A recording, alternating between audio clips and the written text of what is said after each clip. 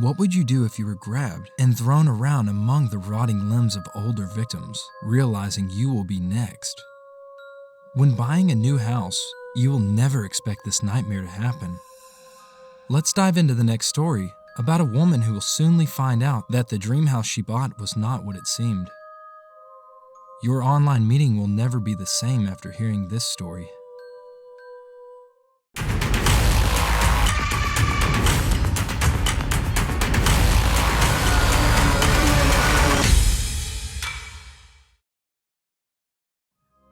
Welcome to your next Chills Before Sleep. Make sure you hit the like button and subscribe for us to provide you with more scary stories. Don't forget to enable all notifications to join our weekly cash giveaway, pinned in the comments section. My name is Audrey, a 29-year-old woman. This story took place when I was working from home during the lockdown. I was working as a sales manager at the time in a well-known company and was living alone in my house. I had moved into a new house at the time. It was a big house, but it had been empty for a long time. I had hired an interior designer who had done a terrific job, but I hadn't spent a lot of time at the property. Now I had to live on the property for a long time without the ability to go outside. I was okay with it though. I didn't mind spending time in the beautiful house I had bought. My first day was pretty uneventful. I just got up, made breakfast, and completed some reports. I have to say, working from home was much better than working from the office. Time efficient as well. In the evening, I watched a few episodes of my favorite show and went to sleep. I awoke from sleep to hear footsteps. I decided to go check it out. I was afraid a raccoon had broken inside the house and was helping itself to my groceries. I got out of bed and switched on my bedroom light. I walked to the kitchen, and I couldn't find anyone there. I was puzzled. There was no noise anymore. I wondered if I had just imagined it. I must have been really tired. I just switched off the lights and went back to sleep. Every day I would follow the same routine. I was preparing myself for a meeting I had on Monday. I had certain reports to complete. I was so tired. I was really overworking myself. But a colleague of mine named Jackson really helped me. I have to confess, I had somewhat of a crush on Jackson. He was a really nice man, and we talked about going on a date after the lockdown ended. I could tell that he really cared about me. There was something strange happening during this time as well. I was being woken up at night by the sound of footsteps. I had honestly started thinking that my house was haunted, but the rational side of me would not accept that at all. I even considered the possibility of someone living in my house. It was an old house, and maybe some junkie may have been living there. I was honestly scared, and I was regretting my decision of moving in before the lockdown. I shared my concerns with Jackson, and he said that he will help me search the house after the meeting on Monday. I was very grateful to him. I wanted to call the police, but it did not feel right using emergency services in a time when other people needed them more. I reasoned with myself that it is okay because I'm not in any grave danger.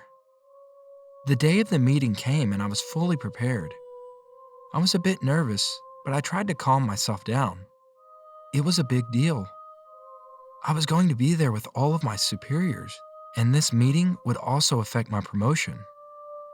I had been preparing for this meeting for a long time, and it was now my time to shine. Thankfully, our meeting was going to be an online video conference. As the meeting started, I found myself being a little scared, but I tried to overcome my nerves. It was also easier because Jackson was in the meeting. It just felt nice to know that someone else was also rooting for me. I went into the meeting and I gave my presentation. It went smoothly. I could see that my superiors were content with it. I felt really happy, and I was not nervous anymore. I had done it. A whole week's worth of hard work had paid off. We were just ending the meeting when I saw Jackson's face grow pale on my computer. "What is that behind you?" said Jackson. I looked behind me, but I couldn't see anything suspicious. I turned back around to face my computer monitor to respond back to Jackson. "There's nothing there," I said, confused.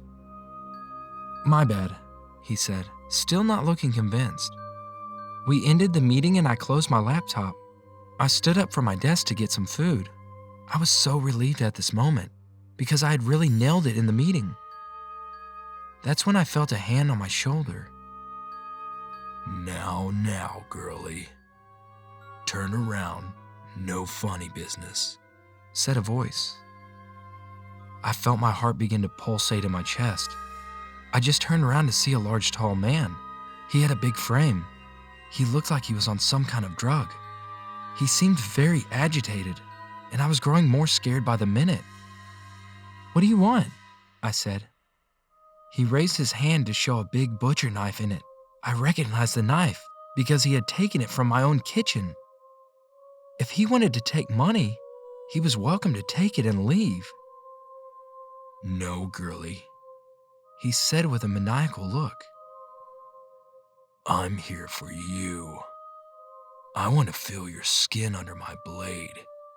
I want to feel the resistance my knife tries to chisel through your bone. I want to dice your flesh and cook it, and then I want to eat you up." He looked absolutely insane. I backed away from him, and I tried running towards my room. He ran after me in hot pursuit. I ran to my room and I closed the door in the nick of time. I had no other choice than climbing out of the window. But it was locked from the outside. I didn't know that was even possible. There was a heavy pounding on my door. I can't believe it. I was trapped inside my room with a psychopath standing outside my door, ready to kill me. I had to do something. This couldn't be the end. I was young. I had so much more to do. I didn't deserve to be killed and cut into pieces by some psycho. I was pacing through my room when I tripped over something. I looked back to see a portion of the floor was raised up. It was a trap door. I opened it to see a big basement. I had no choice, and the basement had come to me like some sort of blessing. I entered the basement. It was dark and dimly lit. There was a little lamp in the corner. I turned it on and the room was bathed in dim yellow light. What I saw shook me to my very core. There was an open hole in the ground, about the size of a grave. I also walked forward to examine a closet that was there. I opened it, and what I saw made me let out in a little shriek. There were faces. Faces of women. Actual skin. I knew my scream had alerted the man of my position. I closed the trapdoor from the inside, so I didn't think he would be able to enter through that. But I heard the sound of someone banging at the opening of the door. A minute later, I heard someone striking the door, as if it was being hit by a hammer. I was scared. I turned the light off and I hid. How would I make it out of this situation? I can't call for help because I left my phone in the office. I felt like if I hid in the room, the man would find me. I decided to sit inside the big hole in hopes to remain hidden. I thought he wouldn't be able to find me here. I heard him as he slowly hit the door again and again, till it gave way. I heard him make his way down into the basement. "Where are you, kitten?" he said, brandishing a knife in one hand and a hammer in the other. I tried to be as silent as I could. "You can't hide from me," he said as he searched the whole room. He looked through the entire room, and about 5 minutes later, I thought he was about to leave, when I heard him say, "I see you've already taken your position," he said as he laughed maniacally. He jumped into the hole with me. I started crying and whimpering, making myself as small as I could, wishing I could just disappear from this situation. He pulled my hair and was about to bring the knife down on my throat. I was crying like a toddler now, tears rushing down my face. That was when I heard an ear-deafening sound. I felt fluid dripping down on my face. I opened my eyes to look up and see the man had been shot in the arm. I looked at his assailant and identified him as Jackson. Jackson!" I yelled as he shot the man again in the shoulder. The man staggered back and fell. I tried to climb out of the hole, but that's when I felt a sharp pain in my ankle. I yelped in pain and looked at my feet to see that the man had sliced my ankle. The man started to drag me by my hair again. I was screaming in pain. For a moment, I really thought I was going to die that day. That was until I heard a bullet pass near my ear and looked up to see the man dead. Jackson had shot him in the chest. The man's breathing became irregular, then ceased. Jackson rushed over and helped me climb out of the hole. He also had called the cops, and they were on their way. It turns out that the man who used to live there before me was friends with the man who lived in my house. They would both lure women into the house and kill them. They would then cannibalize their bodies, and whatever remained was buried in the basement. They also cut out the women's faces and saved them as trophies. When the man who lived here died, this man started living in the basement because he did not have anywhere else to go. He was also a drug addict and would steal money from my purse whenever he could. The cops theorized that the man would come out and eat and drink whenever I would fall asleep at night and then go into the basement before I'd wake up. He attacked me that day because he knew that Jackson had seen him. The remains that I saw in the closet matched that of lots of women who had gone missing in the last 2 decades. This incident really traumatized me, and I have to go to therapy now. On the other hand, I moved in with Jackson and we're dating now. I often think back to that man and that fateful evening. I feel very glad that Jackson had come to actually help me. But what if he hadn't been there? Would I have just become another statistic? Would I end up dead in 6 feet under, with a psychopath wearing my face for fun?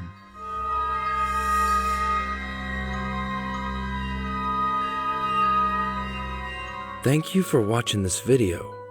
Have you experienced a similar situation or another scary experience? Don't hesitate to submit your story by email or in the comments section down below. Ready for your next chills before sleep?